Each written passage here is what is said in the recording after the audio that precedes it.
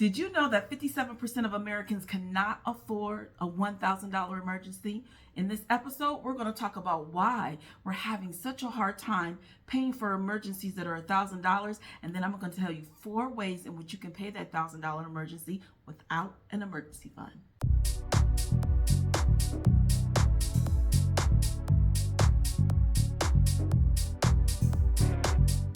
This is another episode of Becoming with Angelina Watkins, and I'm your host, Angelina, your queen of becoming.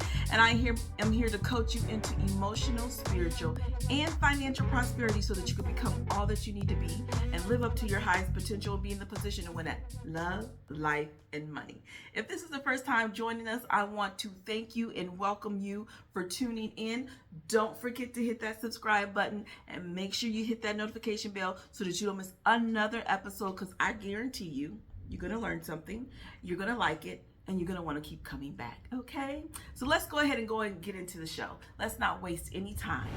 April is Financial Literacy Month, and I decided that in honor of Financial Literacy Month, I'm going to kick this off with one of the biggest pain points that Americans have today, and that is paying for emergency. So it's been reported that 57% of Americans cannot afford a $1,000 emergency. Now, some may say that's pennies, that's not a lot of money. To some folks, it is a lot of money. But a $1,000 emergency, when you think about it, $1,000 could be a washer, it could be a dryer, it could be a stove, it could be, a medical bill, it could be a deductible. Like if you were in a car accident, some people's deductibles on their car are $1,000. So let's just say you got in an accident. Can you afford that $1,000 deductible? If your washing machine broke down, could you go out and buy a $1,000 washing machine?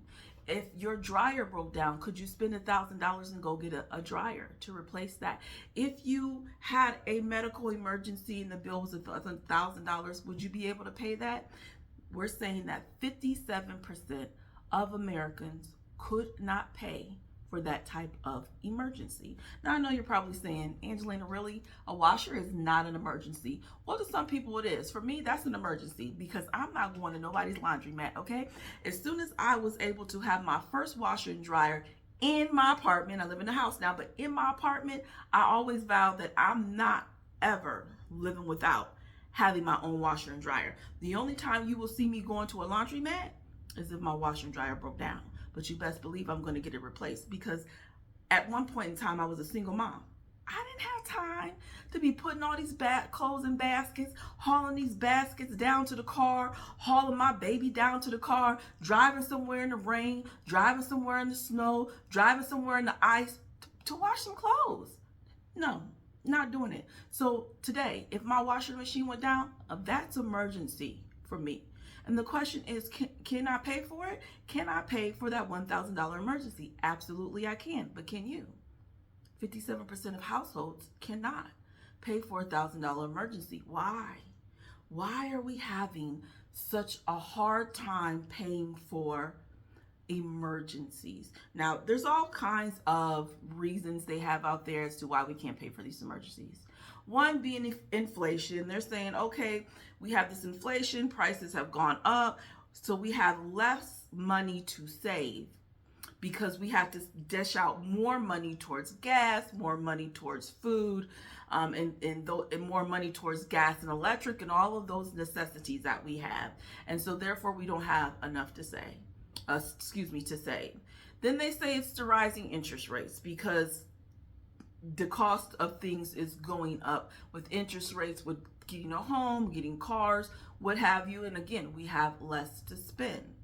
Now, I'm just going to call that BS.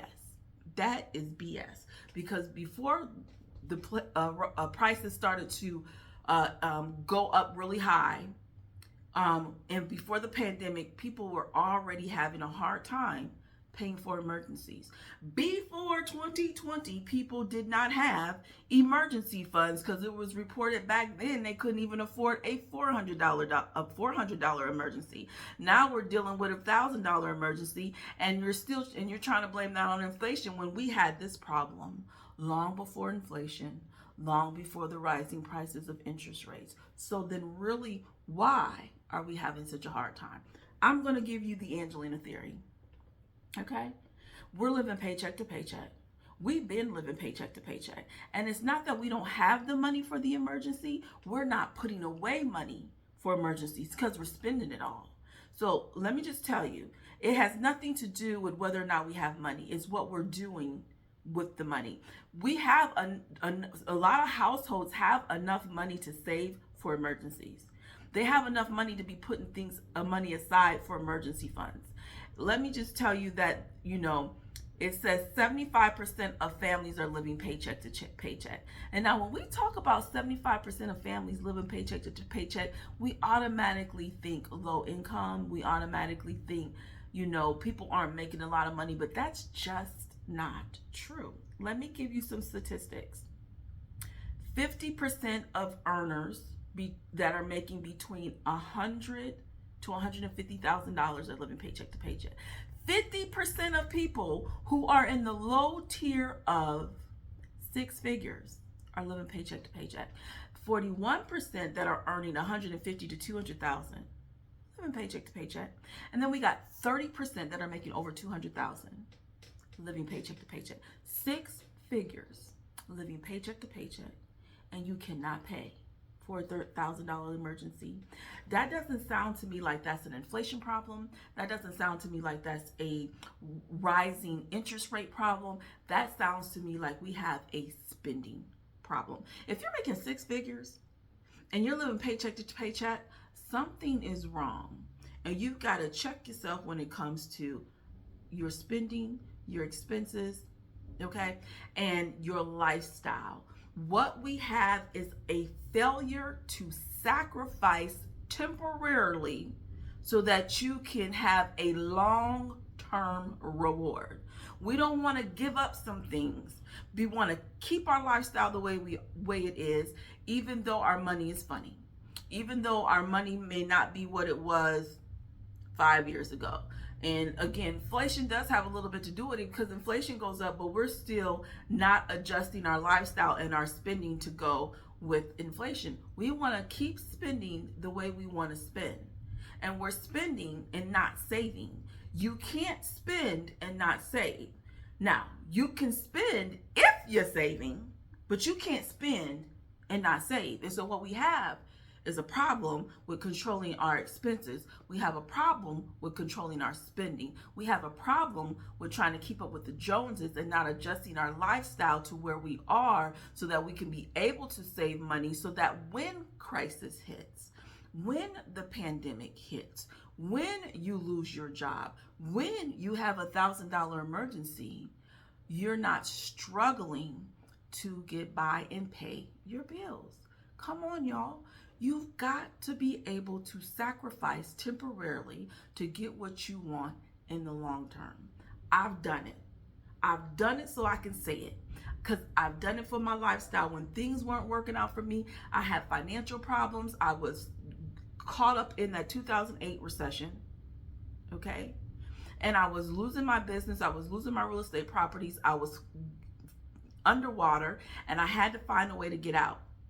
And in getting out, that meant that I was going to have to change my lifestyle and how I was spending. I had to downsize, okay? I had to go live somewhere less expensive than where I was living in my home. I had to get a car that was less expensive than the car that I was already driving. I had to reduce my expenses temporarily, knowing that what I was doing was only temporarily. The problem is we don't want to sacrifice things temporarily so that we can get what we want in the long run. So you must not want it bad enough. I wanted it bad enough. So I downsized and I reduced my expenses and I put away money and I built up my credit, rebuilt my credit, and I did all the things that I needed to do so that I can get out of debt and then I could be able to get what I want, which was another house, which was a better house than the first house. And I got another car, which was a better car than the car I had previously. Okay? And so what you got to understand is that if you give up something temporarily to go towards something in the long run, it's going to be bigger and better. Your sacrifice will be worth it. Now, let me get off my soapbox. I'm going to give you four ways that you can pay for $1,000 emergency when you don't have an emergency fund. All right. The first one is look for interest-free financing. Now, that's something I'll tell you to do even if you have an emergency fund. I have an emergency fund, but just recently my refrigerator went out on me and I don't want to use my cash for that. So I did an interest-free financing of 12 months financing, same as cash, to be able to get this refrigerator. And what I do is pay monthly for split that cost over 12 months and pay that monthly and have it paid off in a year. And then I don't even have to touch my emergency fund. But for those of you who do not have an emergency fund, look for interest-free financing or those same as cash offers. Another way is payment plan. For your medical bills. So like I mentioned earlier, you might have a medical emergency and then you get the bill after insurance is paid what they're supposed to pay and they've given you the discount, and now you've got to pay out of pocket, whether it's your towards your deductible or your 20% coinsurance. You need to pay that. But what you have to know is most medical or medical providers, they don't charge interest on that bill.